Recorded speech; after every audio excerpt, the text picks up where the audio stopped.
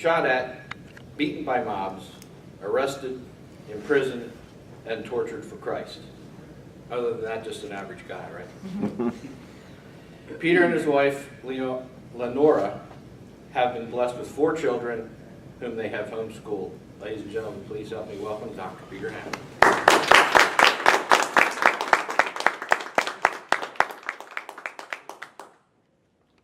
Good morning. I greet you in the wonderful name of our Lord and our Savior, Jesus Christ.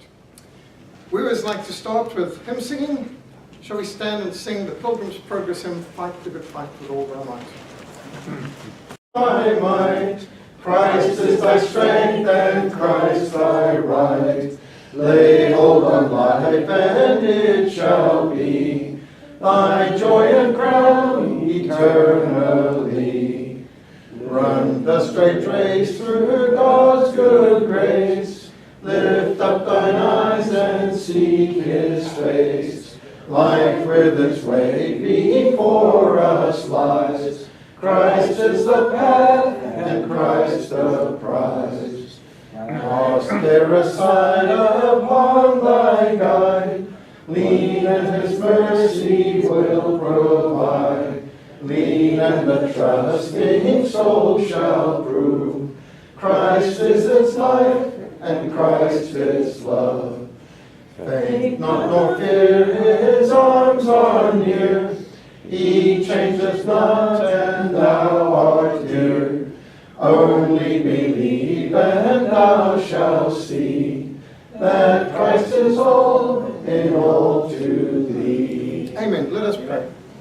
Lord God, we thank you, we praise you for the wonderful privilege we have of being your children. We thank you, Lord God, for this day, for this opportunity. We pray, Lord God, that you would enable us to push from our minds the distractions of the week, that we can focus on you, that we can focus on your word, that we can focus on your will, your worship. We thank you, Lord God, for the tremendous privilege we have of being your sons and your daughters, your servants and your soldiers. Lead us and guide us, we pray, in Jesus' precious name. Amen. Amen. Amen. Thank you. Please be seated. Well, it is a joy to be here. I only arrived in the States on this side of the Atlantic on Wednesday night. Still adjusting jet lag wise over here. But this afternoon I'm heading out straight after lunch to another conference in Idaho. I got myself double booked. And put on the first part of this and the second part of that. Our subject is transforming the culture through textbooks. Our mission started a Reformation Society back in 2005. I'd just done a mission around Europe. I went to 11 countries in 5 weeks, ministered everywhere from Northern Ireland to Romania and Poland, and the highlight was getting to Wittenberg, Germany, Zurich, Switzerland, and Geneva. And I got to Saint-Pierre, Schloss-Kirche, the Grossmünster, all the places where the Reformation was launched. And I came back determined to launch a Reformation Society in South Africa and for Africa. Well, we've gotten more and more concerned about modern textbooks. Hosea 4 verse 6 says, "My people are destroyed from lack of knowledge." Now we all know that verse. That part of the verse is quoted a lot, but the full verse is not as often quoted. "My people are destroyed from lack of knowledge. Because you have rejected knowledge, I will also reject you as priests. Because you have ignored the law of your God, I will also ignore your children." That's a terrifying verse. As a father and now a grandfather, the worst thing I would ever want is to be responsible for any grief to come upon my children or grandchildren. The German reformer, Professor Martin Luther, warned almost 5 centuries ago, "I'm much afraid that schools will prove to be wide gates to hell unless they diligently labor in explaining the Holy Scriptures, engraving them in the hearts of youth. I advise no one to place his child where the Scriptures do not reign paramount. Every institution in which men are not constantly occupied with the Word of God must become corrupt." This is true for all of the colleges and schools, including our theological cemeteries, where they have far drifted from the scriptural standards. And this explains how denominations go apostate. It normally starts in the colleges and the seminaries. Noah Webster said education is useless without the Bible. The Bible was America's basic textbook in all fields. God's word contained in the Bible has furnished all necessary rules to direct our conduct. How much clearer can that be? Our school campuses and our textbooks are a battleground. Education today is certainly a battleground. Our universities and schools in South Africa are full of riots and demonstrations and huge chaos on a daily basis. Freedom of speech, freedom of conscience is under fire on school and university campuses for what was meant to be free marketplace of ideas, where iron sharpens iron, and we see this in our textbooks too. There's a big difference between education and indoctrination. By the way, I don't expect you to recognize where this university is, but this is the first university in South Africa founded by the elder brother of Andrew Murray. Reverend John Murray founded this university back in the 1850s, and the Stellenbosch University had one of the finest theological seminaries in all of Africa, a place of revival back in the 1860 revival and so on. But has this ever been hijacked? Those of you who've read some of the missionary stories of those who went to China have probably heard of foot binding. The Chinese had this weird fetish idea that women had to have small feet, and they therefore bound their feet from the time they were born so that they would have very small, like hooves instead of feet. And on the left you can see what happens to a foot-binded person, and on the right what normal feet should look like. This is mutilation, it's torture. What they felt they had to do was force and compact the person's foot to form not what was natural, but what they thought would be better.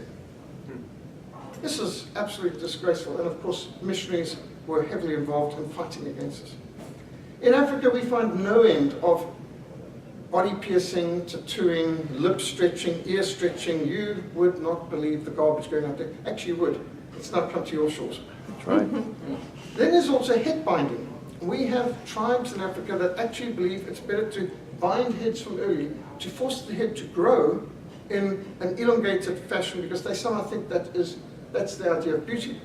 So you get foot binding, you get head binding, and in the West you get mind binding, thought binding.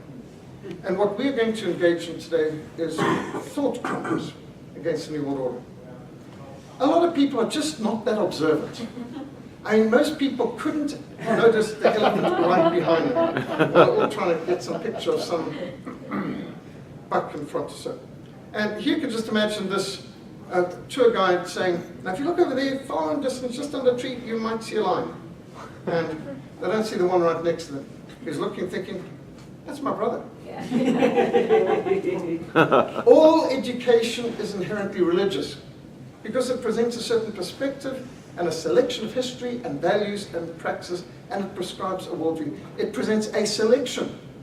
It doesn't present history, facts, it presents a selection, and often a distortion. Instead of education, teaching people how to think critically, we now mostly have indoctrination, teaching students what to think. Repeat after me, and so on. Education, though, is not the learning of facts, but the training of the mind to think. I praise God that my first history teacher in high school, I was brought up in Bulawayo, Rhodesia, and my first teacher in high school was Mr. Rhys Davies, who also happened to be a Member of Parliament. Because back then, 1970s, Members of Parliament had to have a real job. They weren't paid to be Members of Parliament or to be mayors or town councillors. That was an honorary position from a person who'd been successful in life and who now donated his time for the service of the community. It wasn't a means to get rich. And so the cabinet ministers got a full-time salary, but the Members of Parliament did not. And in fact, he even had to pay his own way to get up to Salisbury. They'd give him a free train ticket, not a free plane ticket. So to get from Bulawayo to Salisbury, if he wanted to fly, he'd have to pay for it. He got no remuneration even for that. Anyway, my history teacher, Mr. Rhys Davies, in a first history lesson in high school said, beware the victor's version. Wartime propaganda morphs into peacetime textbooks. Governments lie. Think. Think outside the box. Don't ever regurgitate to me the textbook. Textbooks are packs of lies. You need to ask why. Think. What's the context? What's the reason? Every action is a reaction to something that caused it. There has to be a cause. Don't just accept the textbook. You know, he said, that the British government is lying about us now, here in Rhodesia. Why would you believe what the British have to say when they're talking about the First and Second World War? We know they lied about the Anglo-Boer War, which was all about gold and diamonds, and they claimed they were concerned about the franchise for Uitlanders. You know that they lied about, and he went through. We fought for Britain in the First and Second World War, and the Malayan conflict and so on. And now that we're being attacked by terrorists, they're supporting the terrorists, sanctioning us. Indeed, it was actually worse than that. We need to get people to think outside the box, to ask questions. Sadly, today what we're getting is indoctrination. Schools seem to think that teaching yoga and transcendental meditation and other mindless garbage is something to do with education today. Now, just have a look at some of the modern textbooks. Where did the idea of the government being involved in education come from? Karl Marx, Marxist Manifesto, Communist Manifesto, 1848. 1848, the first advocation of the state getting involved in writing textbooks, training and licensing teachers, and having compulsory state education for all citizens. You see, until 1848, governments were not interested in education. Education was entirely the realm of the church and missions. The state did not want educated citizens. It was against their interests. The last thing a government wants is educated, intelligent voters who can ask questions and be critical. They don't want these people to say, give me liberty or give me death, and my conscience has kept the word of God. No, that's the last thing they want. A government's being inherently corrupt. You know, politics. Poly, many, ticks, blood-sucking parasites. Politics, many blood-sucking parasites. And so the Communist Manifesto advocated the government getting involved in education. Why? They'd lost the battle. These cursed Christians had opened up schools all over the place, and especially the Protestants making universal literacy common in all Protestant countries. They had to do something about it, and they had to hijack education away from the church and the mission. Who could have thought they would have become so successful to be able to convince the Christians to send their children to them to be brainwashed and indoctrinated? This is a Karl Marx, Friedrich Engels Marxist Manifesto. Compulsory state-controlled education. And John Dewey was the apostle of this, who set up your education system in America, very faithful to the Marxist views. John Dewey. Now, George Orwell, a man who understood communism because he used to be one, he wrote about Animal Farm in 1984, so he gives us an insight to it. Samuel Blumenfeld did a brilliant book on the Trojan horse in American education, National Education Association. Of course, the word education doesn't mean to them what it means to us. Common Core, if this looks somewhat communist and subversive, it's because it is. I'm sure you've all seen the indoctrination film, absolutely essential viewing for anybody who has any children or grandchildren and is concerned for the next generation. Indoctrination is brilliant, and it points out that what we're getting now is school indoctrination. When the kids are getting on the yellow bus, they are going to boredom and absolute mind-numbing, just like the head binding in Africa or the foot binding in China, you have got brain binding, thought binding in America and throughout the whole world where secular humanist education is on the go. You think you're sending a child to read, write and do maths, but what you don't realize is you're allowing the enemy to conform and indoctrinate your child to the lies of the state.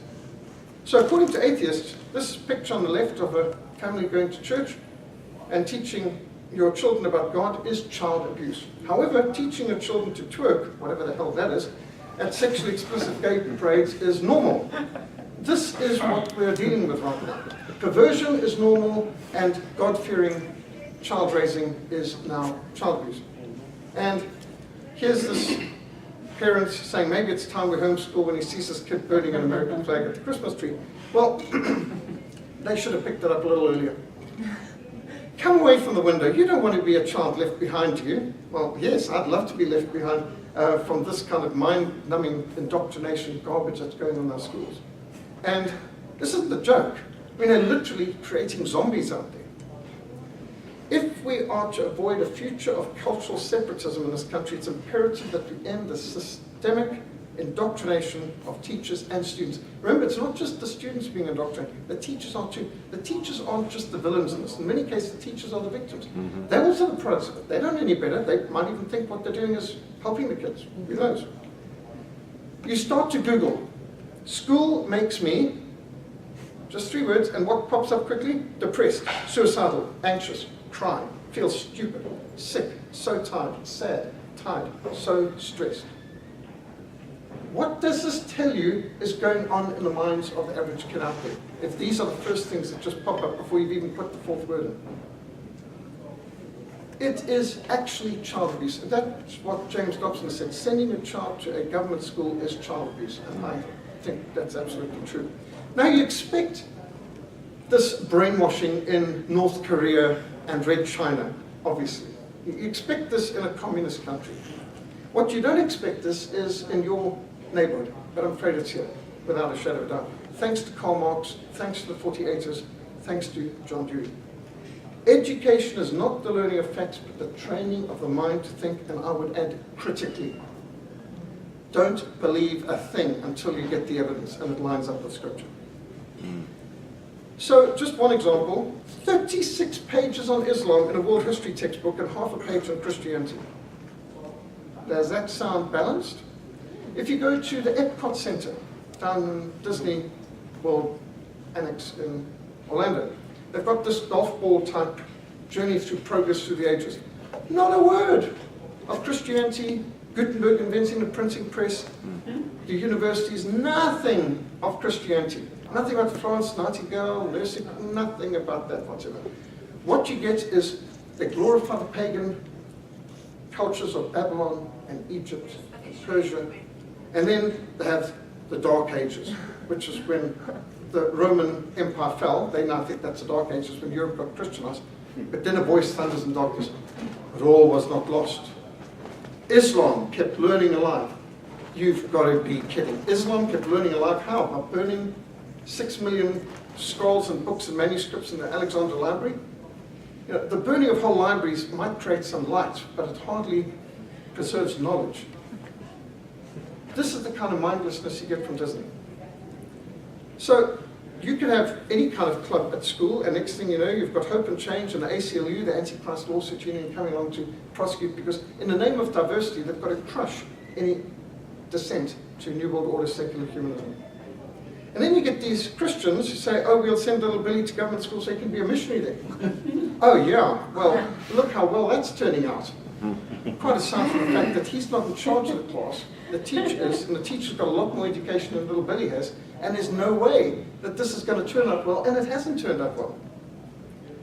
This is not a joke. They really are sucking the brains out and crushing the creativity of our young kids. When you get done with you, not only will you have a slim chance of finding work, but you won't be able to think for yourself to save your life. And in fact, that's true. In our country, we have got, just for example, you may think this is a ridiculous joke, but I'm sad to say it's true. In my city, Cape Town, where I live, our suburb, Pinelands, we've got the Old Mutual, which is a big insurance company. They've got 8,000 employees there. They have employed there high school English teachers and high school maths teachers. What for? The high school English teachers are teaching remedial English to MBA graduates who are employed there, Master of Business Administration, who don't know English. They're teaching them high school English. Now these are university graduates with MBAs. The maths teacher is teaching computational skills, how to add and subtract, you know, that sort of thing, for their chartered accountants. People have got a chartered accountant's degree from the University of Cape Town and Witwatersrand, which used to be some of the greatest universities in the world. Modelled on Oxford, for example. UCT was set up with the money of Cecil Rhodes for that purpose. Today, you've got chartered accountants who cannot add or subtract, and they need a high school teacher to teach them. So we say, why do you employ these people? Affirmative action. We must. Got certain racial quotas. Well, couldn't you at least employ the ones who can count and spell? We would, if we could find them. The governments, universities are churning out people who, the vast, vast, vast majority of which cannot even, they have no chance of getting a job, except if they're forced to adopt a certain amount of racial quotas, and then the person's on staff, but he's actually nothing but a drain on the company. And you wonder why prices of everything's going up. It's pretty bad, but in my country, they did a study a while ago and found 85% of university enrollments fail to persevere or fail to pass at the end. So that means 85% of our university entrance people shouldn't even be there. But of course, all getting subsidized with government, this and the other, our tax monies and so on. Education is a racket. It's a financial scam. Now, you expect it in Red China, but they might even be doing a slightly better job than some of our secular humanist universities over here. Your universities in America are actually toxic. The problem is not people being uneducated. The problem is that they're educated just enough to believe what they've been taught and not educated enough to question what they have been taught. Modern education is creating people smart enough to follow orders and repeat what they've been told, and dumb enough to think that this makes them smarter than everyone else. The marketization of higher education and the student as consumer, this is a fact. They are selling an image of this piece of paper, this degree, as some kind of magic carpet that's going to get you into the life you want and get you the jobs you want and get you the income you want, which is going to get you the lifestyle you want. And it's a scam.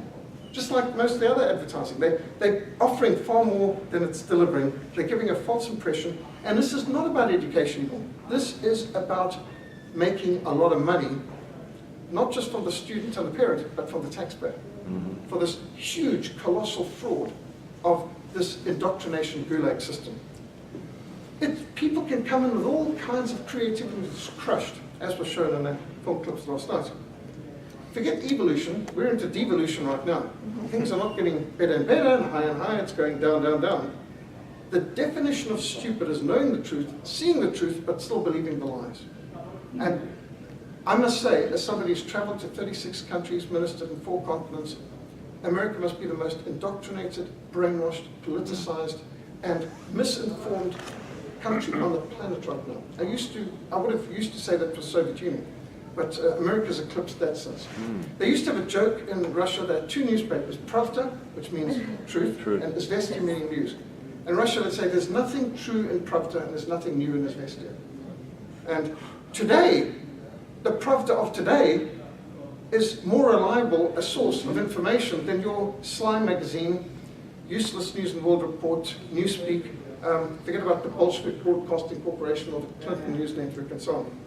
So, an honest answer to a child saying, why do I have to go to school, would be, so you can be molded into a state-approved, homogeneous drone that cannot think outside the prescribed consensus. You will learn to repeat information instead of how to think for yourself, so that you don't become a threat to the status quo.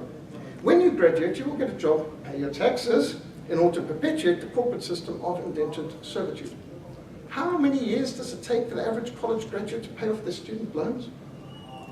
It's bizarre. You could have grandchildren by the time you are able to pay off your student loans. This is really slavery. And now we have the dumbest generation in history. I heard R.C. Sproul say, we could be in the dumbest generation in history. And he said, don't let the computers and the technology fool you. You used to have to be able to debate in Latin as an entrance qualification to get to university. Now you have remedial English in university. It's staggering to think how dumb our societies have been. If you just look at the quality of sermons of the Puritans, deep, involved, intricate, referring to obscure characters in the scriptures that our average theological graduate today wouldn't even be able to identify. And the average congregation in Britain and America back in the 1800s, 1600s, were more intelligent, better read, more able to think and debate than the average person today. And you just have to look at the kind of idiots these people vote for to recognize how dumb the society has got. How on earth do gangsters like the Clintons or criminals like Obama manage to get elected to serious countries? So there's a deliberate dumbing down of America, and I think Samuel Blumenfeld described this, particularly the look-see, look-say method and dropping out the whole idea of phonics and so on.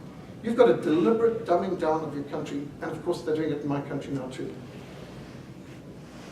2,400 years ago, Plato said, strange times are these in which we live, when old and young are taught falsehoods in school, And the person that dares to tell the truth is called at once a lunatic and a fool.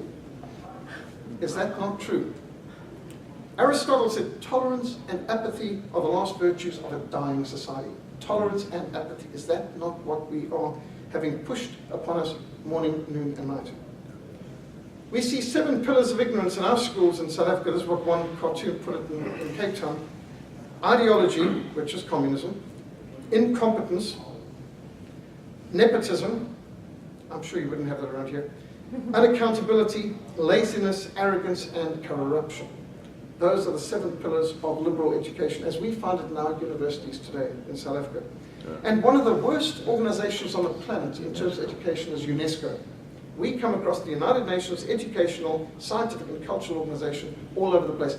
They provide free textbooks to governments all over Africa. I've sat with heads of states in Africa speaking about the need to reform the textbooks. They say, oh no, we can't do it. We get our textbooks from UNESCO, free. Did I mention free? We get them free. Yes, but it's teaching evolutionism, it's teaching perversion, it's promoting homosexuality and so on and so forth. No, but they're free. Yes, but do you understand that it's destroying the next generation? The philosophy of this classroom in this generation will be the philosophy of government in the next generation. But UNESCO provides them free. Heads of state talk to me like that, dead serious. Presidents of countries. Okay, so let's look at some of these textbooks. World history. So what's the most important thing in world history? Apparently the Roman or Greek Empire, which I presume these ruins represent. Forget the cathedrals of Christianity, forget the hospitals, forget rockets and jet aircraft, just some Roman ruins. That's world history. Or the Taj Mahal. What's the Taj Mahal?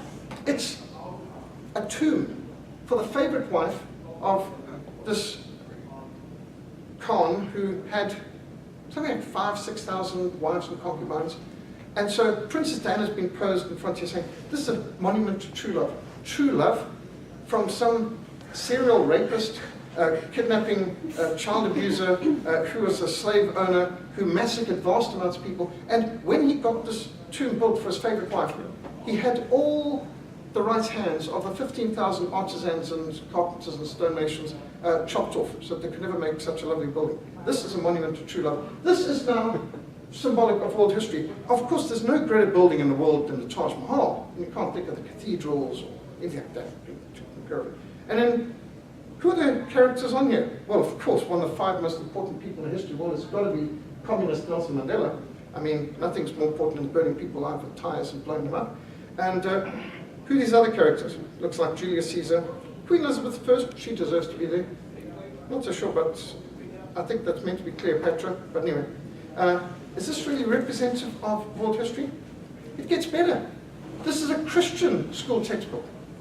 World history, the pinnacle of human civilization is American B-17 flying fortresses, saturation bombing cities in Germany, flattening entire cities with 1,000 bomber raids, destroying cities like Cologne, cathedrals, museums, monument, irreplaceable art, the country of the Reformation, flattening Bremen, Dresden, Berlin.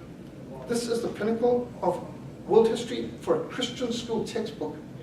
This war crime, incinerating 2 million people in Germany, civilians. Really? We want to glamorize saturation bombing? Which idiot chose this as the cover picture for a world history book, for a Christian textbook? Okay, DK is hardly Christian, but here you can see what's more important in Tutankhamun, and Buddha, and Gandhi, and Mandela, and Martin Luther King. Oh, well, there's Queen Elizabeth I. I suppose there's somebody vaguely useful. This now is history. Then you get the Americans. Well, when you think of Americans, who could be more important than Martin Luther King? And Ronald Reagan fortunately made it, but he's just the bottom left.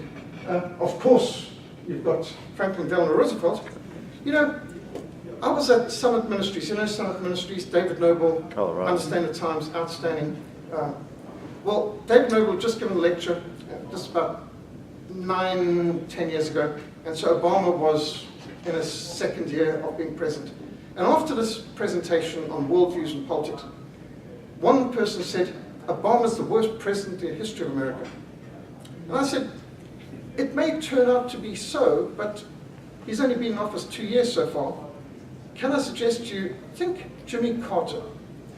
In the 4 years of Jimmy Carter's administration, 13 countries were deliberately betrayed to communism, including Nicaragua, who had been a good ally of America, including Rhodesia, my home country, under Mugabe, who for 38 years bludgeoned and raped and murdered his way across our country of Rhodesia, turned it in from the breadbasket into the basket test. Oh, let's not forget the Ayatollah Khomeini.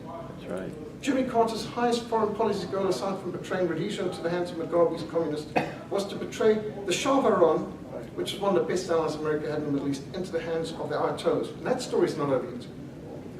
So, and I then point out, in 8 years of Ronald Reagan, no countries fell to communism. The countries started to be freed from communism. And the Berlin Wall came down, and the Iron Curtain collapsed.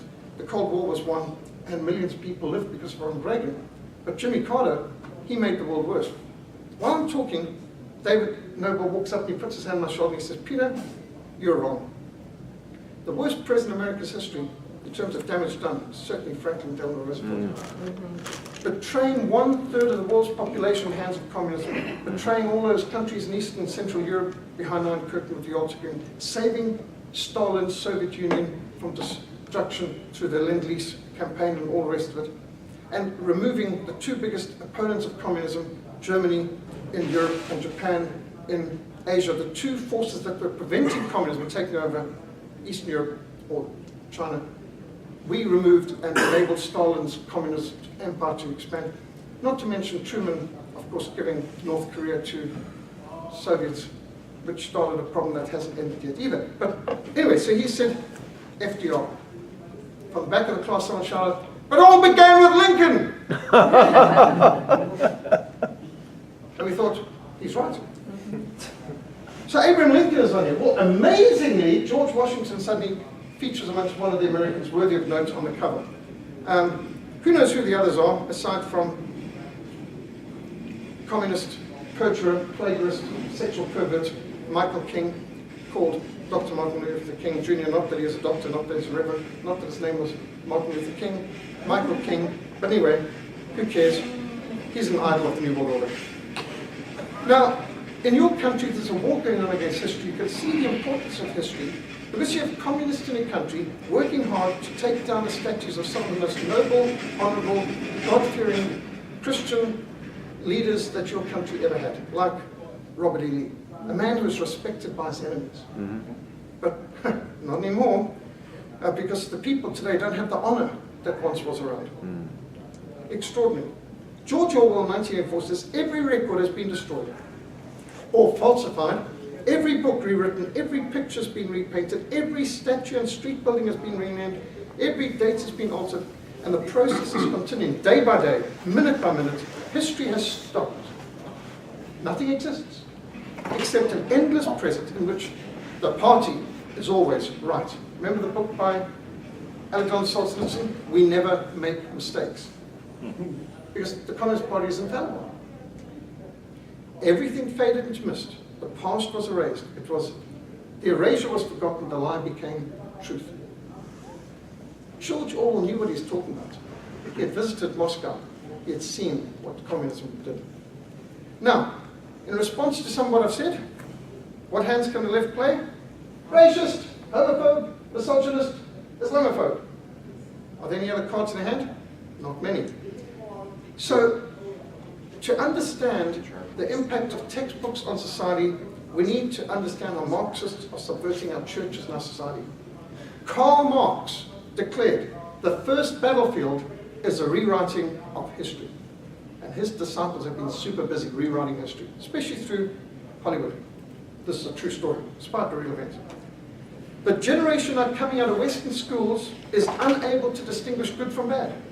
Even those words, good and bad, are unacceptable. This results in impaired thinking ability. Alexander Solzhenitsyn is a real prophet to our time. Now, if you can look past these silly girls in the foreground, this is an English school, by the way.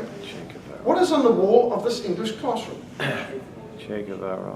Communist, terrorist Nelson Mandela, Che Guevara, dirty, unwashed, mass-murdering communist thug, who boasted that he had killed 7,000 people, including women and children, by the way, in cold blood. And Martin Luther King Jr., or shall we say Michael King, perjurer, plagiarist, and pervert. But anyway, what does any of that have to do with education? Nothing, but it's got a lot to do with indoctrination. That's a British school. You would have expected King Alfred the Great, Queen Elizabeth I, Oliver Cromwell. No. Those are, that's past. This is new heroes. Marxists aim to demoralize their targeted victims by psychological warfare, what an army we call psyops. They use guilt manipulation. They vilify the victims and they victimize the villains. You've heard of victim blaming. Somehow or another, it's always the victim's fault. Like if a woman gets raped, it's her fault. Why was she dressed like that? Why was she in that part of town? Why was she there at that time? Wait a minute, how does the victim suddenly become the villain? In South Africa, farmers are murdered. They didn't have enough no trespassing signs on their property. Dead serious. These are the things people come out with. There's no end of blaming the victim. And then there's politics of guilt and pity, which R.J. Rostrina wrote a book on that, politics of guilt and pity, seeking to undermine Christianity and nationalism. Pretty obvious when you were in the Soviet Union, agitation, propaganda. The Soviets were brilliant. I mean, you can kind of recognize the communist propaganda, which from our perspective now, about 80 years later, it looks pretty primitive. But your propaganda is a lot more sophisticated today on CNN. And yes, you get the message. They basically, what's that hammer and sickle doing? The hammer's bashing down the head of a farm owner. Modern society, I'm quoting from Alexander Solzhenitsyn again, modern society is hypnotized by socialism. It is prevented by socialism from seeing the mortal danger it is in. Once the greatest dangers of all is that you've lost all sense of danger. You cannot even see where it's coming from. As it moves swiftly towards you, socialism of any type leads to a total destruction of the human spirit. To destroy a people, you must first sever their roots. Why are they attacking your monuments? Why are they attacking your statues of honorable Christian people? Well, you've got to sever people's roots. And many people aren't reading the books. But the monuments could be a reminder of something. You've got to remove those too. Again, quoting from Alexander Solzhenitsyn. In keeping silent about evil, in burying it so deep within us that no sign of it appears on the surface, we are implanting it and it will rise 1,000-fold in the future. When we neither punish nor reproach evildoers, we are ripping the foundations of justice from beneath new generations. In our country, the lie is not just a moral category, it is a pillar of the state. The state is built on lies. The timid, civilized world has found nothing with which to oppose the sudden revival of bare-faced barbarity other than concessions and smiles. You have got savages like Antifa trashing your universities, physically attacking people, destroying your monuments, and what is the state doing with this obvious Marxist terrorist organization, Antifa? Under the duties required in the Ninth Command, the Westminster Larger Catechism lists, this is for our do not bear false witness, Ninth Command, the duty of preserving and promoting the truth. Truth, by the way, is the first piece of the armor we read about in Ephesians 6. Put on the belt of truth. Truth. The duty to stand for the truth and to do so from the heart. The duty to speak the truth and only the truth in matters of judgment and justice. The duty to speak the truth at all times. This, by the way, is our Parliament in Cape Town. The duty to study and practice everything true, noble, lovely, and of good report. I'm still quoting from Westminster Catechism. Under sins forbidden in the Ninth Command, the Westminster standards include the sin of giving false evidence. Gee, that's not just a guilt of your news media, it's a guilt of your school textbook writers. False evidence. The sin of lying. The sin of concealing the truth. The sin of misconstruing intentions. The sin of exaggerating minor faults. The sin of perverting the truth to wrong meaning. That's all quoting from the Westminster Standards. From the 1600s. This goes back to 1640s.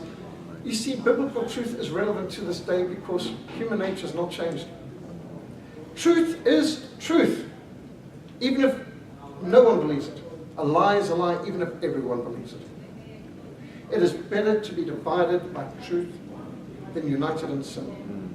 It is better to speak the truth that hurts than falsehoods that comfort. It's better to be hated for telling a lie, hated for telling the truth, than liked for telling a lie. It's better to stand alone with the truth than to be wrong with the multitude. What was the motto, battle cry of Jan Hus, the Reform of Prague? Truth conquers.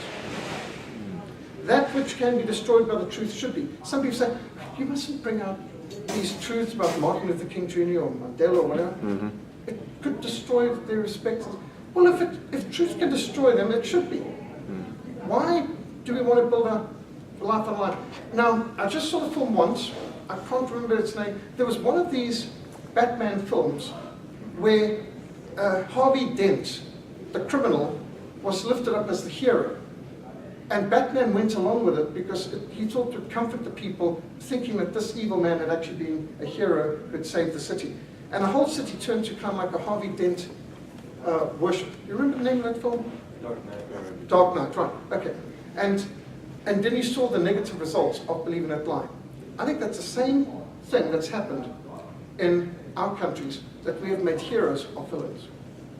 And I'm not going to censor myself to comfort the ignorance of many. I read old books because I would rather learn from those who built civilization up than from those who tore it down and are tearing it down now. This is the foundation of homeschooling. A good library, great books. Old books are the best. You can lead a man to knowledge, but you cannot make him think. I need to think. You must never tolerate evil. For first, if you tolerate evil, you then embrace it. Then you hail it as being good. Then it becomes unlawful to do what was actually good. I've seen it in my country. We fought a long, hard, tough war. 26 years war against communism. At the end, we had a negotiated settlement. We had won the war. We defeated the Cubans, defeated the Russians, defeated SWAPO, the ANC.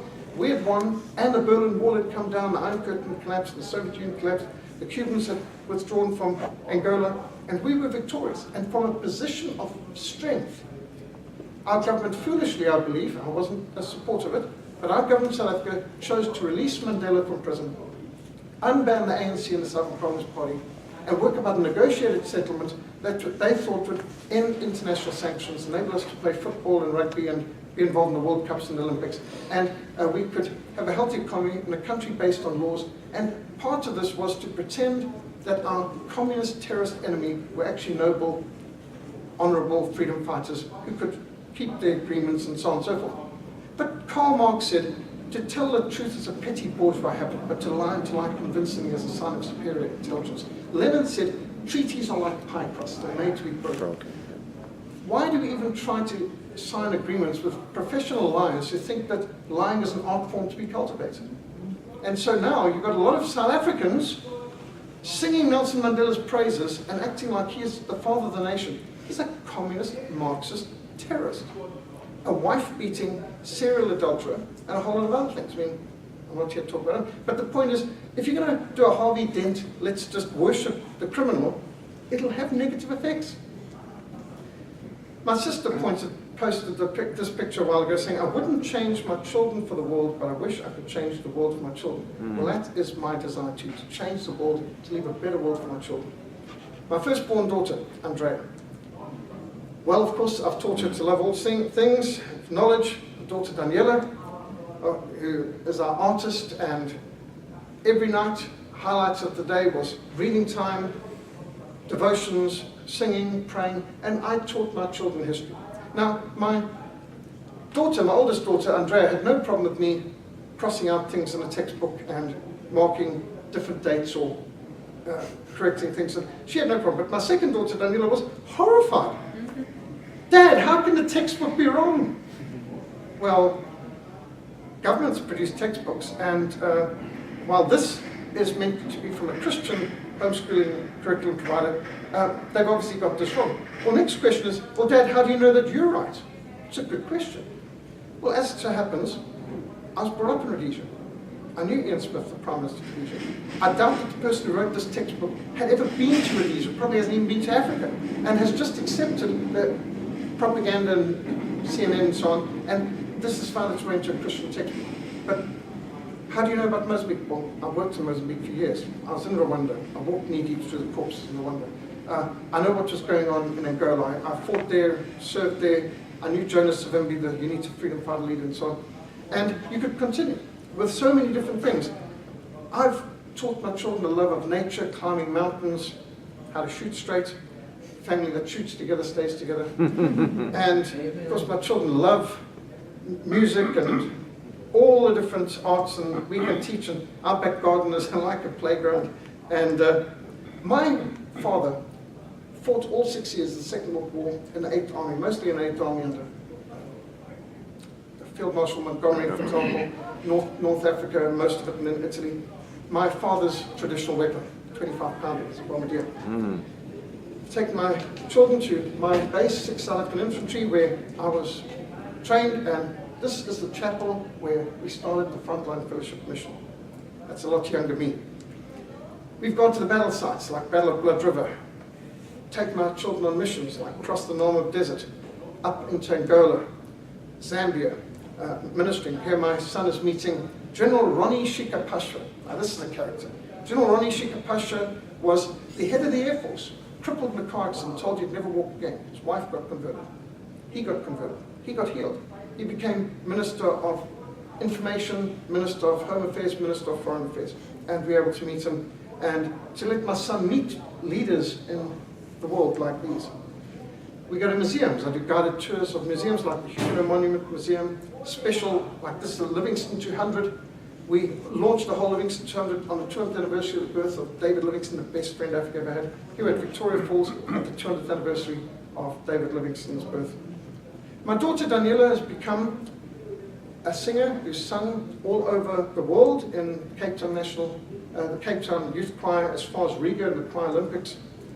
My wife teaching our children quilting on this occasion, and some of our school books and workbooks that our children work through.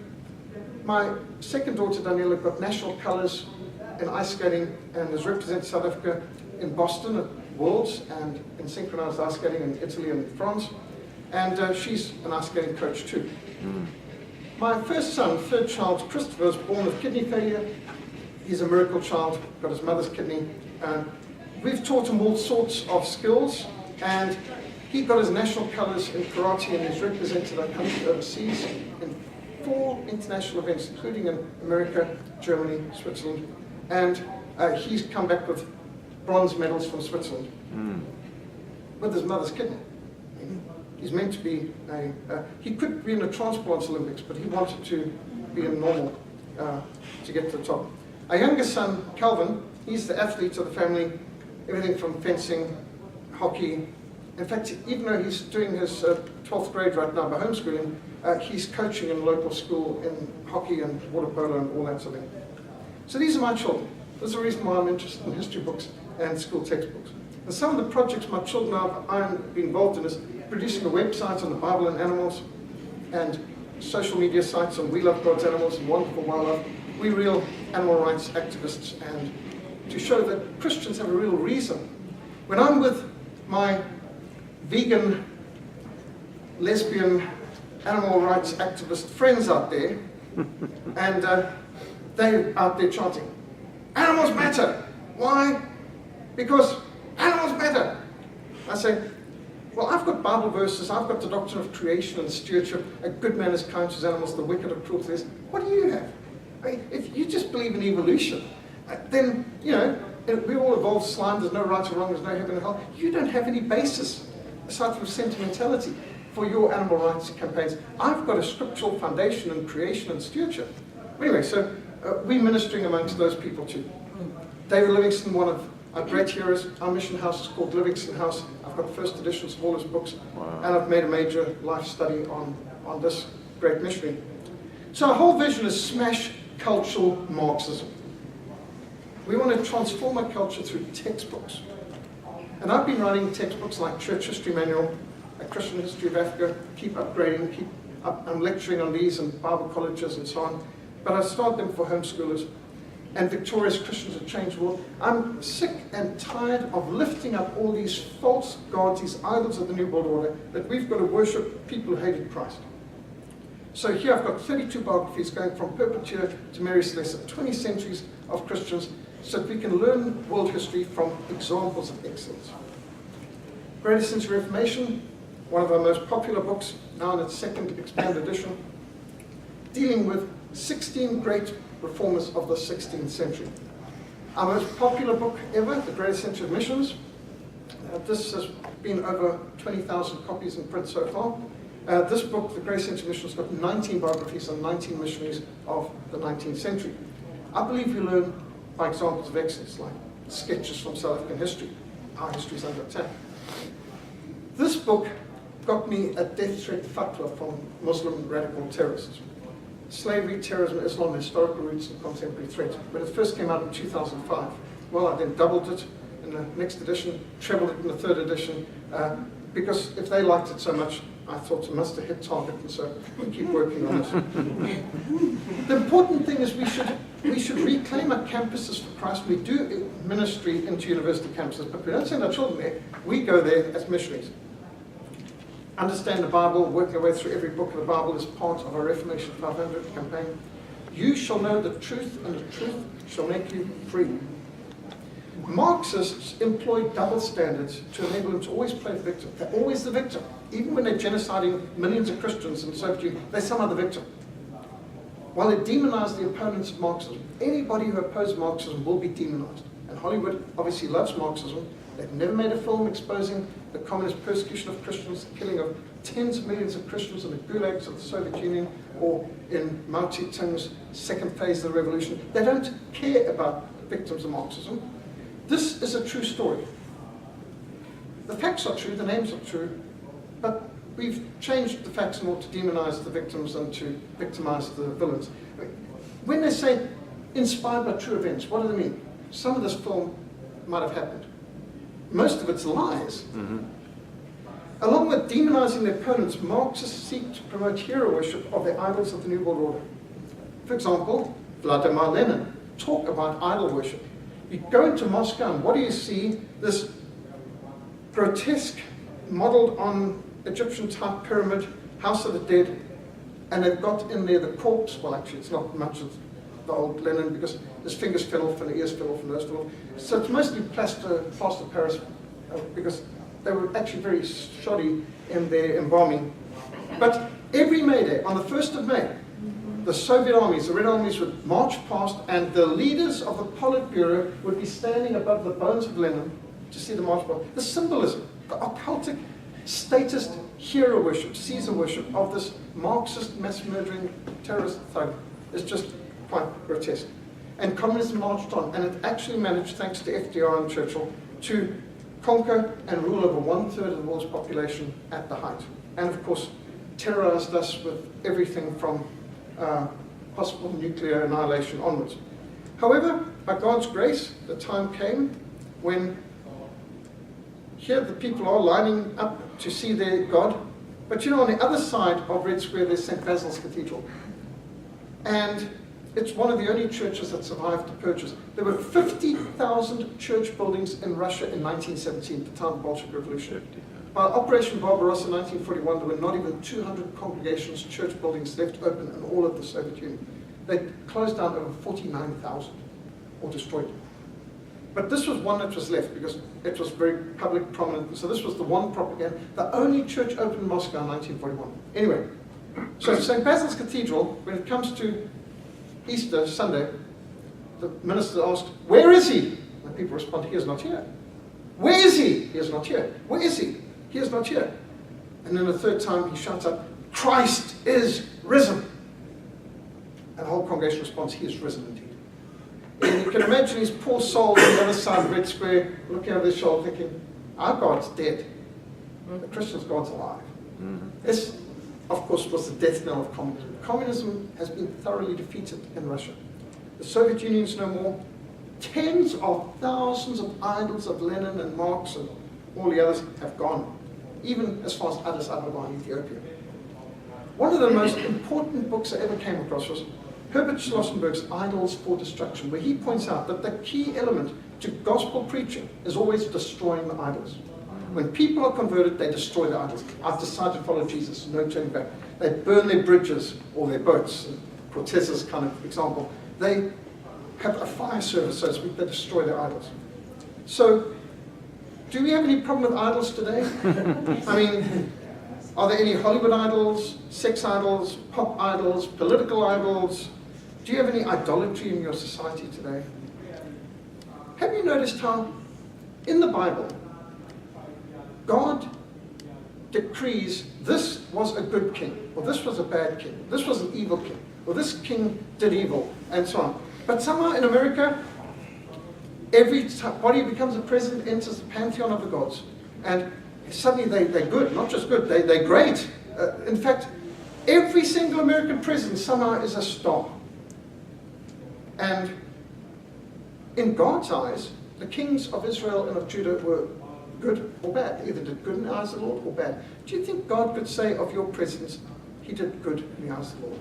I mean, really, all of them? Idolatry has consequences. When you can see people putting the Christian flag under the state flag, talk about gross idolatry. That is shocking flag etiquette. That is disgusting subservience to the state. The kingdom of God is bigger than the United States of America. It will last longer. It'll be going on long after America's gone. And it always should be superior to. We would never put our state flag above a Christian flag. And of course now you've got the gay flag there, just waiting for it to be above. Idols for destruction. This is what we need to be involved in, is fighting idols. Now, can I suggest as a guest to your country, a visitor, that Lincoln is to me an obvious idol of America. And I don't see why Abraham Lincoln is so revered by you. What got me thinking is, I noticed the Cubans worshipped Abraham Lincoln. And do you know the Communist Party USA's patron saint has always been Abraham Lincoln. This is Communist Party USA, 1938, I think. And notice the friendship of the peoples of the USA and the USSR. And who's top and front and center? Abraham Lincoln. Down here, bottom left, Lenin. Bottom right, Stalin. You see, Lincoln is the idol of the Communist Party of the United States. There's books out on Lincoln and Marx. Do you know Lincoln and Marx were friends in correspondence? They corresponded with one another. The book Lincoln's Marxist, which I acquired while over here, in fact it was Lloyd Sprinkle who first introduced me to this whole interesting connection between Marx and Lincoln. In fact, Karl Marx was the best PR agent for Lincoln during the war between the states. He was the one writing articles in Europe, giving the Lincoln case against many people who are horrified as how can America be waging war against its people and burning farms and waging war against civilians. Interestingly, a lot of the Republican Party initially was made up of 48ers. In 1848, Marxist Manifesto came out, Communist Manifesto, there were revolutions at every capital in Europe. They all failed, many got shot, hung, guillotined, whatever. And a whole lot of hundreds of 48ers fled to the United States of America for refuge, because in Europe they were wanted for revolution, treason, all that sort of murder. The Red Republicans were 48ers. The 48ers, the communists from Europe, who came over here, started the Republican Party, which is why the Republican Party to this day still has the red tie, and Democrats have the blue tie. You might think, sure, many people think, but surely the Democrats should have the red tie and the Republicans should have the blue tie. Well, things have changed. They've reversed positions. But the 48ers were stopped in the White House and in Congress, the cabinet and so on of America by Lincoln. Most of the atrocities done by Union forces against the Confederate people in the South and against the bourgeois land-owning elite, obviously coming with their communist propaganda, that's why they did so many atrocities against civilians and burned so many farms and destroyed so much of the South, like Sherman's March through Georgia. These were 48ers, and none of them were ever prosecuted. They kept being promoted up by Lincoln. Lincoln did not deal with his war criminals. Well, that's only part of it. That's why they speak about Karl Marx and Abraham Lincoln are busy with the unfinished revolution. Two sides of the same coin. Lenin was also very much for Soviet Union what Lincoln was to the United States of America. So these people are contemporaries. These people you've got to see as basically same ideology. Abraham Lincoln was the first inhabitant of the White House not to have been baptized and not to be a church attender or church member. He's the first infidel in the White House. Then they built this idol temple. Now, this is in the 1930s. 1930s, they're building this temple. This is while Mussolini is in charge in Italy, Hitler in Germany, and Stalin in Russia. And so in a time of statism, saved, enshrined forever, are there no Americans disgusted by this blatant idolatry? This is Caesar worship. This is statism. Can I remind you that Christians were not persecuted in the Roman Empire for worshipping Jesus? They were persecuted for refusing to worship Caesar. By the way, you notice what his arms resting on? It's a Roman imperial throne. Notice it's the same symbol that the Roman legions carried under the eagles. This is the symbol of Italy. Italy in 1930s under Mussolini, this was their national symbol. On the planes, the aircraft of the Mussolini's Air Force would be these symbols. The fascist symbol. And they put the fascist symbols under the hands of Honest Abe in this temple, enshrined forever, as in the hearts of his people, for whom he saved the Union. I ask you, what is this? Well, some people say war criminal, and there is no question the man was a war criminal because he waged war against his people. Well, what would you say in a hypothetical case where you've got an abusive man, abusive husband, and his wife flees back to her parents' home? The man gets his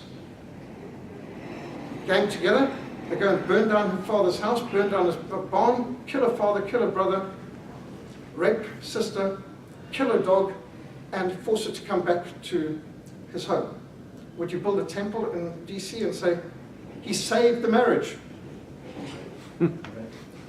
How on earth is bludgeoning and massacring and killing so many people worthy of a whitewash on this war criminal?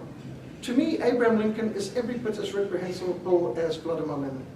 Amen. Abraham Lincoln is to America what Lenin is to the Soviet Union, was Mao Zedong is to China, what Mandela is to South Africa, what Fidel Castro is to Cuba, what Winston Churchill is to Britain. An idol.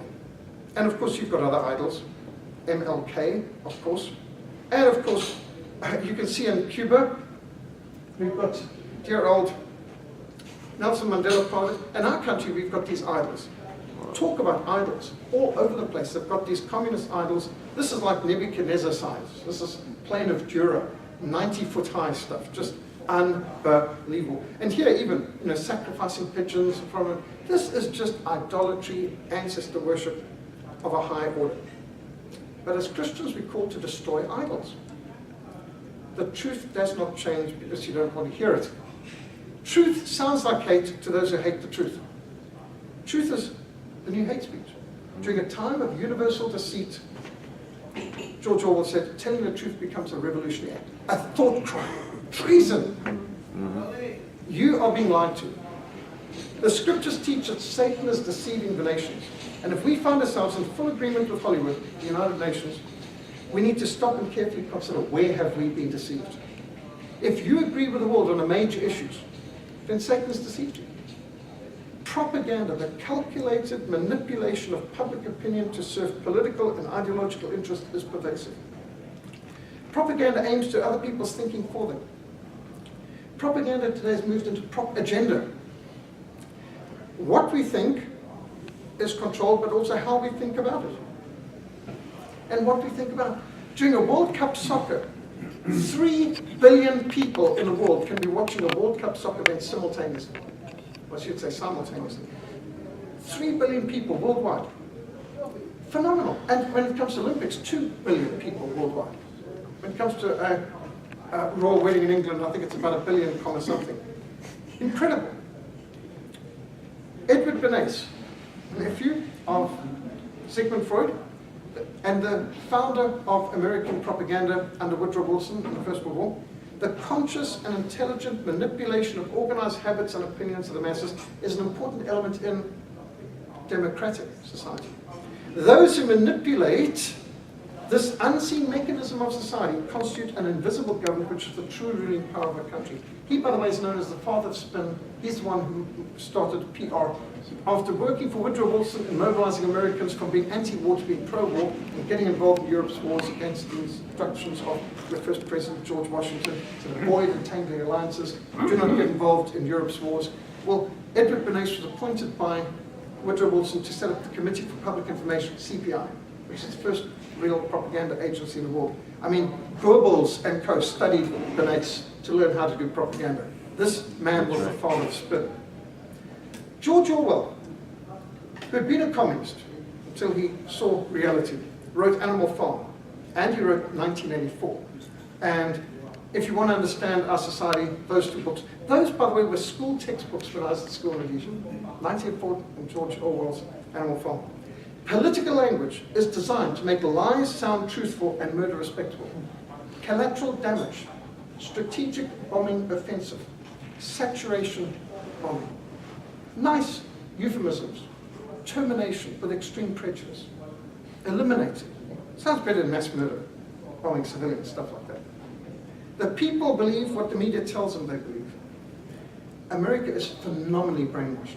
It's just staggering. I've had Americans say to me when we've been talking about wars and so on, America's never fought an aggressive war. Seriously. What were you defending in the Philippines? What were you defending in Afghanistan? What are you defending in 100 and something different countries around the world? Are you kidding? I understand that Britain was an empire. Why could Americans and Russians accept that they're the two greatest empires of the present age? It seems that the two biggest empires of the 20th century are in denial that they even are empires. We know what empires are. America's an empire. And it's been an empire since the days of Abraham Lincoln. He turned your republic into an empire. To help some people understand, you say, Star Wars went from republic to empire. That's what you've done. You know the empire. The further a society drifts from the truth, the more they'll hate those who speak the truth. They trivialize the main issues. They ignore the key issues. They focus on side issues. They reinforce deceit with manufactured versions of the past, and boy, are they good at it in Hollywood, inspired by true events. Selective focus, half-truths. If you won't control your mind, someone else will. So the best thing you can do is take your TV out to the shooting range. Strive to be biblically accurate rather than politically correct. I'd rather offend someone into heaven than flatter someone into hell. Better to be slapped with the truth than kissed with a lie. Russian proverb. It's pretty bad when we prefer to get our news from Russia Today than from any American source. Were they more honest than BBC? Intimidation through politically correct censorship and intimidation. Cyberbullying. Crybullying. Boy, your students in America become the world leaders in crybullying. How to be both crybabies and bullies at the same time. They trash curriculums, logic, your reason, constitution, the whole lot. They mobilize hysterical, spiteful, vindictive opposition to silence all dissent. And this isn't just in the world now, it's in the church. It's a Reformed Reconstructionist movement, it's on Reconstructionist radio. They want to be spiteful, vindictive, they even want to boycott Christian Reformation, Future of Christendom conferences, and boycott people who attended, and boycott people who are friends with people who attended, and have fourth degree.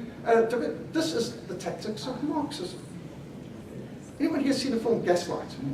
Okay, gaslighting. This is psychological abuse, classically portrayed in one of Ingrid Bergman's great films, and Gaslight depicts how this abusive husband, who was actually the murderer of her aunt, but it's quite involved, how he manages to get her to think she's going mad and she's to blame and she's guilty of things being missing, and he manages to get her breaking down in public to reinforce the ideas that his wife's going and saying. Meanwhile, he's deliberately breaking her down. You are being gaslighted. All Christians are under a gaslighting worldwide, America in particular, my country in South Africa. Boy, are we being gaslighted by our state and by our education institutions. Liberal tolerance only works when you agree with it. Anyone daring to express a different opinion will soon find themselves the target of malicious slurs and smear tactics. In an argument, you should deal with the central point. But the worst kinds is ad hominem. When you can't deal with the real issues, and you attack the person. It's like in football. You're meant to kick the ball, you're not meant to kick the player. Smear campaigns are a clear idea that you're dealing with people who can't deal with the issues. The words of his mouth were smoother than butter, but war was in his heart. His words were soft and oil, but they were drawn swords. This, by the way, is our present Communist Party leader in South Africa. He's a Communist Party South Africa member, and he's president of the ANC, and therefore president of South Africa right now. Selling our country to China, just in case you hadn't noticed that flag behind. So the people we're dealing with, to shut us up, they poison wells and they weaponize words. According to liberals, a woman can be a man, but if she gets pregnant, the baby is not human until it's born. But the baby is already gay, straight, or bisexual, but the baby doesn't have an agenda until it decides for itself. Apparently there's 26 genders. I can only find 2, but anyway, they've got more genders now than there are letters in the alphabet. And on university campus, you find the liberal thought police see no opposing views, hear no opposing views, speak no opposing views. And your US Supreme Court now is weaponizing free speech by calling some of it hate speech. How can you determine what a person's motive is? The Lord did not ask Adam and Eve in the garden, why did you do it? What did you do? Why is something God will deal with? We don't know people's hearts and they can lie. So we deal with what? Did you break the law? You know, it's not why you did it. It doesn't matter how many excuses a criminal's got. Who cares? But now free speech is hate speech. Truth is the new hate speech. This is something that's been circulating in British schools. Is your child a far-right extremist? Look for warning signs. Aversion to drugs, alcohol, and pornography. Interest in physical fitness, mental well-being, like my son's. Growing collection of classical literature, guilty. Monogamy, desire to marry and procreate. Boy, are we guilty. Increased time spent outdoors or in nature, seriously guilty in our country. Appreciation of history, nation, and culture, or disdain for modernism and postmodernism. Well, I suppose that means all of us. Is your child a far right-wing extremist? Dead serious. This is the kind of criteria being issued in British education, so-called. Political correctness is destroying the very fabric of our society. Never before in history have people been so afraid to stand up against absurdity for fear of becoming a horrible name. The average European today would rather be raped or stabbed than called a racist. How stupid is that? Yep. And north of you, you've got the poster child for political correct liberalism, Justin Trudeau, talk about an imbecile. Silencing opposition by accusing anyone who dares to introduce facts and reason into the discussion. If you think a person taking a bucket to get water out of the yard by pouring it over a fence is stupid, then you're a racist, anti-Semite, Nazi, Islamophobe, homophobic, bigot. You know when they show you in the psychologist room picture, what does that remind you of? Well, I'm afraid to the liberals, it's like what the Bible says, to the pure all things are pure, to the defiled everything is defiled. Political correctness is a weapon designed to silence people whose arguments they cannot refute. They want us to be silent and to retreat. In times of deceit, telling the truth is a revolutionary act. Quote from Alexander Solzhenitsyn, "A decline in courage may be the most striking feature that an outside observer notices in the West today. The West has lost its civic courage. Such a decline in courage is particularly noticeable amongst the ruling elite and the intellectual elite, causing an impression of a loss of courage in the entire society. I'm afraid Western Europe has become a bunch of cowards, with very few exceptions." The Frankfurt School of Cultural Marxism utilized the Gramsci strategy, otherwise known as the termite strategy. Frankfurt School, these were communists in Germany, in Frankfurt, Germany, who fled when nationalists took over there, and they came to Harvard and Hollywood. And George Lucas, Herbert Marcuse says we've got to introduce foul language as a weapon against the bourgeois and against Christianity, introduce it into arts and culture, and introduce it in films and everything else. These people, these Marxists, these Frankfurt School have made modern America the mess it is. And Antonio Gramsci, co-founder of the Italian Communist Party, he developed what he called the termite strategy. He said you cannot have a revolution in the West. Lenin got lucky, never to be repeated opportunities what they got in Russia. It's not going to happen in the West. West is too Christian. You've got to de-Christianize the West. We must be like termites, eating the insides of all the structures of the West, eating the heart out of every pillar of Western civilization, everything, education, entertainment, news media, religious institutions, political institutions, until the entire edifice rots and collapses. He said this will take 2 or 3 generations, but we've got to do it.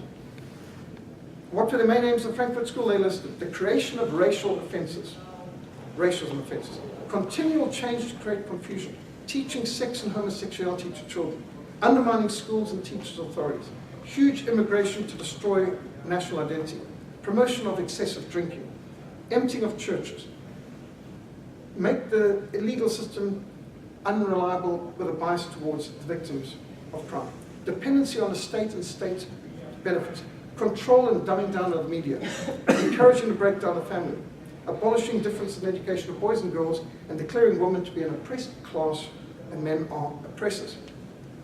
Their goal, the secularization of society. One of the most successful agents, Bill Crosby. You think of the Bill Crosby show. Everything referred to ideal model family, that's the act, without any reference to God, the Bible, or prayer. Solve every problem without God. That's their goal. To sideline Christianity, to deal with every issue without reference to the Bible. They had to de-Christianize the West. Their goal, they said, especially the way that Marcuse and Gramsci put it, to turn the Christian mind into a non-Christian mind and then into an anti-Christian mind. Save the planet, drop the Bible in the waste paper. And these are their stickers. They are anti-Christian. And so today you can see people saying, go to hell and hell. If Jesus returns, kill him again. Fat chance. On the day of the Lord's return, this man will be calling for the mountains to fall upon him. He'd prefer to be buried under an avalanche than to face the wrath of the Lamb. Are you now, or have you ever been, a supporter of traditional marriage? I mean, if you want to say something like, marriage can only be between a man and a woman, hate speech! Now, they can wrap up control of internet speech by protect kids, anti-terrorism. They don't mind how they wrap it up. But the Marxists have identified 5 primary culture-transforming institutions for infiltration and subversion. Education, entertainment, news media, which is not a reflection of reality. Just take this classic pick. 2015, the Charlie Hebdo massacres, Paris, France. Here you have the leaders of 26 countries, including Merkel and Netanyahu and François Hollande of France, and they're leading 1 million Parisians in protest against these murders. I don't know what you thought when you saw the pictures, but I thought, security nightmare. How did the security people, 26 heads of state in the front of 1 million people, how on earth? Until you see the top of the picture. They had taken over the whole area. They had, this was rent-a-crowd. They were all gone through security. They probably emptied the buildings. The whole place was a contained area. Now, there might have been 1 million Parisians marching for something that day, but they weren't being led by these characters. Deception. Here's Obama visiting Tanzania in Africa in 2013. Notice the cameraman is sort of crouching down so that he can give the impression of President Obama happily walking, shaking hands with people, looks like he's a man of the people, popular, and he's unconcerned for personal safety. Meanwhile, you see it's only 3 deep. They're all wearing the same outfits. They've all got the same flags, American, Tanzanian, and then there's all the security on the outside containment. And even here, the security's around as well. So this is a total photo op deception operation. Religious institutions, political institutions, those are the 5 culture-carrying institutions. Should you help the wicked and love those who hate the Lord, therefore the wrath of the Lord is upon you. Yuri Bezmenov, ex-KGB, said there's 4 stages of ideological subversion. The highest art of war is not to defeat your enemy in war, not to fight at all, but to demoralize your enemy to the extent that he gives up without a fight. Demoralization, that's where we are. They're demoralizing you all the time. My country, South Africa, has gone through demoralization to destabilization. I don't know when you're going to see these things on your streets. I'm sure you'd never have looting and things like that in the United States of America. You're far too law-abiding a society. But this is what's happening in our country, where we didn't even need to use locks, didn't even need to have things protected. May Day this year, They burnt out 39 Pentechnicons, these 18-wheeler trucks, looted them first, of course, and then burned them out at one road, at one toll gate, the Moy River toll gate on the N3 in KwaZulu-Natal near Durban. This is the sort of thing that communists do in our country regularly. They love destabilization and crisis. And then they come to normalization in preparation for the second phase of the revolution. Everything is designed to undermine the strength of the targeted enemy through subversion and slander. Straw man arguments are frequently used to weaken the resistance of a targeted group or individuals, and then they need to distract you. They need smoke screens behind which they can destroy everything that's a strength in a congregation, the community, or the country targeted. Is America being distracted? Well, in South Africa, they distract us with soccer. Soccer is the big thing. There's the national religion. While people distract with soccer, the government rips up and destroys the country. The issue focused on is seldom the real concern. Their motivation is the furthering of the revolution. Agenda 2. The issue is never the issue is the revolution. And discrediting the opposition. Socrates declared, when debate is lost, slander becomes the tool of the loser. This, by the way, is our parliament, our communists actually wear red overalls in parliament. This is Julius Malema, head of Everything for Free Party, EFF, which is leading the attack to take our farms. Those who resort to ad hominem arguments reveal they're unable to deal with the issue at hand without resorting to name-calling, character assassination against their opponents. Solzhenitsyn says, the simple truth of a courageous individual is to not take part in the lie. One word of truth outweighs the world. You can resolve to live your life with integrity. Let your credo be this. Let the light come into the world. Let even triumph. But not through me. If people can be confused, then they can be divided, which makes them easier to defeat. Hence, the Marxists aim at disinformation, division, and defeat for the country targeted. While they promise them liberty, they themselves are slaves of corruption. Degenerate entertainment, defiled art, decadent culture, all part of the strategy of cultural Marxists to rot the soul of a nation. And we need to protect our children. Roman leader Marcus Cicero declared in 42 BC, a nation can survive its fools and even the ambitious, but cannot survive treason from within. An enemy at the gates is less formidable, for he is known and he carries his banners open. But the traitor moves among those within the gates freely. His sly whispers rustling through all alleys, heard in the very halls of government itself. But the traitor appears not a traitor. He speaks in accents familiar to his victims. He wears their face, their garments. He appeals to the baseness that lies deep in the hearts of all men. He rots the soul of a nation. He works secretly and unknown in the night to undermine the pillars of the city. He infects the body politic so that it can no longer resist. A murderer is less to be feared. And so that is our enemy. Solzhenitsyn says the strength or weakness of a society depends more on its level of its spiritual strength than on its level of industrialization. Neither a market economy nor general abundance constitutes the crowning achievement of human life. If a nation's spiritual enemies, if its spiritual energies have been exhausted, it will not be saved from collapse by the most perfect government structure or by any industrial development. A tree with a rotten core cannot stand. Who will rise up for me against evildoers? Who will make a stand for me against the workers of iniquity? This is what our mission stands for. The sword, the word in Africa, literature for Africa.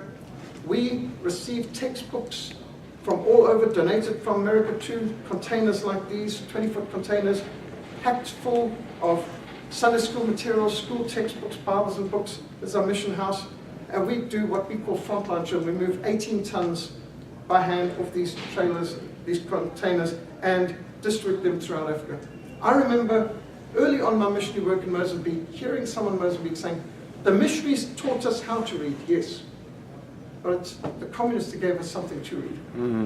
And so for us, this has been a great challenge to take good Christian textbooks or produce Christian textbooks throughout Africa and provide alternatives to UNESCO and all these lies that the world gives to them. So, are there any questions, any comments, complaints, or criticisms? Any other things? Yes?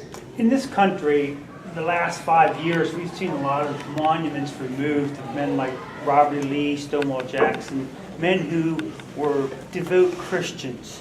Do you see similar things taking place in your nation? And I would also point out, in the last 5 years, there have been monuments put up in Oklahoma City to satanic things right in the city, and in Minneapolis, they're doing likewise. We see a shift that's very anti-Christian. Yes, either the society will express the wrath of God against sin, or society will express the wrath of man against godless people. And so if you tolerate it, before you know it, it will become dominant and it will not tolerate you, and before you know it, it's promoting evil. So yes, in fact, we thought it started in our city. They started by trying to pull down the statues of Cecil John Rhodes, who built University of Cape Town. Now, of course, most of us don't exactly like Cecil Rhodes, but still, it's history. They started there. Then they went for Andrew Murray statues. Then they went for all the others. And next thing we saw they're doing in America. So in some ways, it's like the trend started over there. Mandela started ripping down the old statues. Other comments, questions? Just on the indoctrination, when I was teaching at Antioch University back in the 80s, Doug Wilson had a conference in Idaho on education, and I was working on my talk, and the thought came to me, and I called it the system ever since, the State Indoctrination Network, SIN, and that's what it is. SIN, State Indoctrination Network. Well said. Thank you, sir. Yes. Yeah, just a comment. The Black Hole of Calcutta, there was a historical marker there, but in the 1920s, that marked the Muslims, and some Indians had it removed. So this is not a new trend, removing things of this nature. Yeah.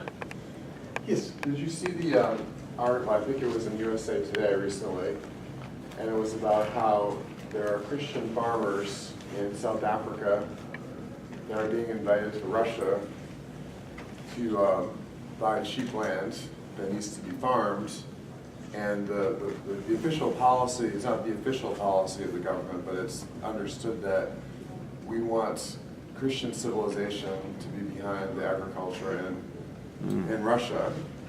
And they actually said in the article in USA Today that they mentioned Putin. I don't know if he's behind it, but he was saying that they want to promote Christian civilization in Russia. And I think that that's so interesting, because it used to be that the Republicans and people on the right were vehemently opposed to Russia because they were communists. Yes.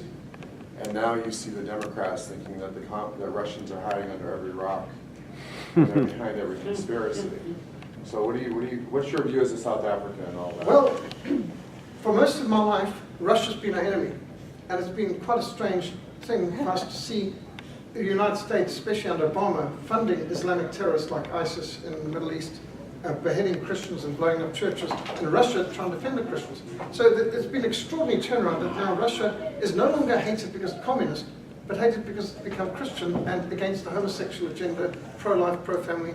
And we've got friends who work there, who travel there, and they say they get tremendous religious freedom and even state help, even printing Bibles in Russia by the government itself. One of the comments by the farmers was that